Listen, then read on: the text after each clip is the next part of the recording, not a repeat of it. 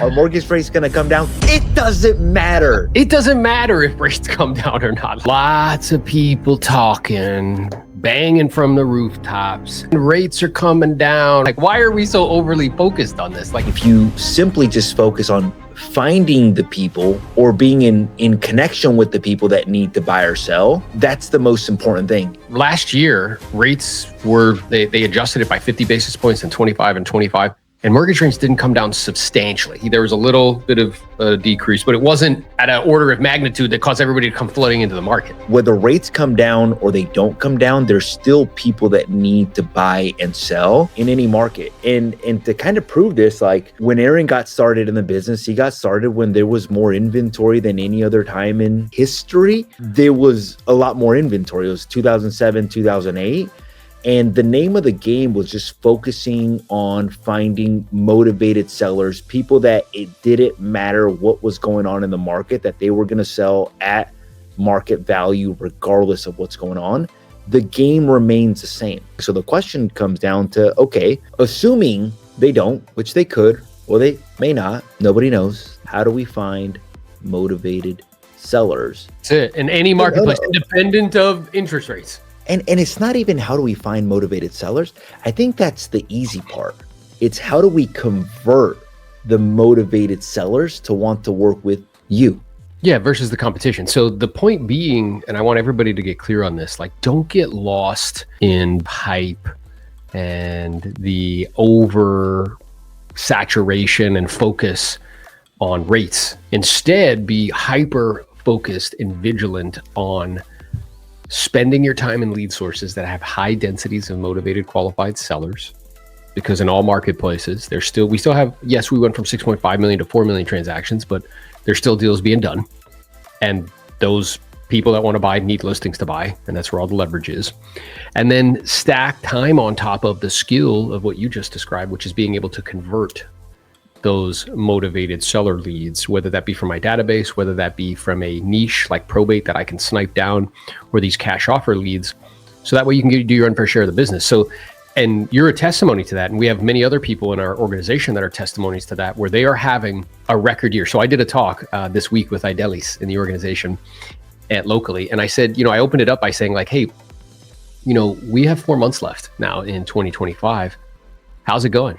And it was interesting because the energy in the room was like, I'm like, well, I know that you guys fit within one of 3 categories if you're in the real estate business. The first is that this has been really, really tough for you. You've strongly considered getting out of the business and getting a job. The marketplace has changed radically. The cost of money doubled over the last, 3 years ago. If you were working with some buyers that, there's less of those people in the marketplace. You don't have the skills to be able to go and convert seller leads or even where to find them. You don't know how to pre-qualify. You don't know how to present. You don't know how to handle objections. The second category is feel like you're treading water. So you're doing a handful of deals. You're just paying your bills, but you're barely getting by. And there's months where you maybe dip into that. Hey, maybe I could be doing something else with my time and consider getting another job. And then there's a small percentage, Jose, 5 to 10%, who are having a record year. They're doing more deals and making more money than they've ever made in their life. And I was like, how is that possible? Given the same environment, 90% of people barely get by or have to get out of the business, and a small percentage are having record years.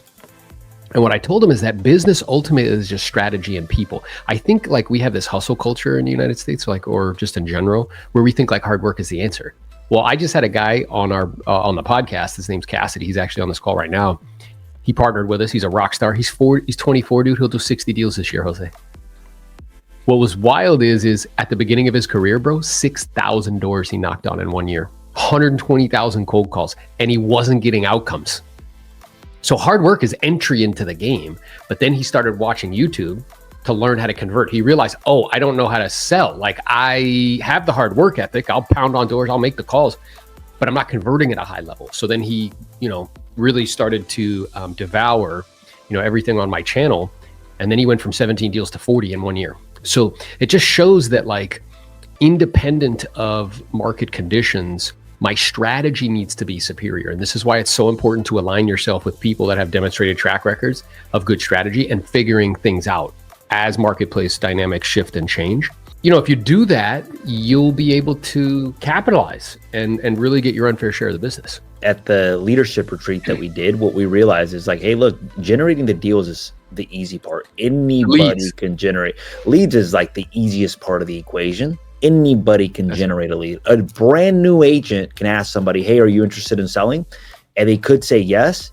The problem is not generating that lead. The problem or the challenge that most people have is converting that lead. So like, let's talk about some adjustments that like we have made like to close more deals. Like number one, we learned about loan assumptions. So I went back into the 80s and I said, okay, when was the last time interest rates went up this fast? How high did they get? And the reality is that, dude, 7% rates were actually really low comparison to what they were in the 70s. Wildly and 80s, low, bro. Yeah. I was around, but not like to the point where, I could think or talk or anything like that. But I've heard 18%, 17%, 15%. I've heard stories that when rates came down to 7%, people were like, oh my God, this is like the greatest thing ever. And they were like so happy that happened. So I think it's, as the marketplace changes, is your ability to be able to adapt to the marketplace and learn new skills and constantly be adapting. So even our business, dude, we're always just adapting and changing different things. Like we had to learn about loan assumptions. We had to learn about creative finance, like subject to. We learned a little bit about owner financing as well too. We learned different lead sources as well too.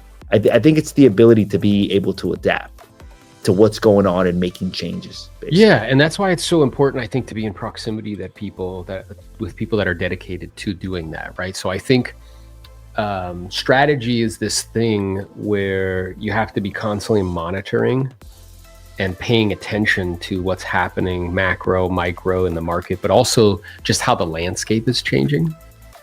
Yeah. And then you can make adjustments accordingly. So like I view, my position as like a leader of leaders is to do precisely that, is to be sitting on top of the mountain, paying attention to what's going on and being like, hey, here's how we should be pivoting. And that goes every way from me and you for probably, I don't know, it was maybe like 90 days ago for 6 or 7 calls in a row. All we're talking about are the skills.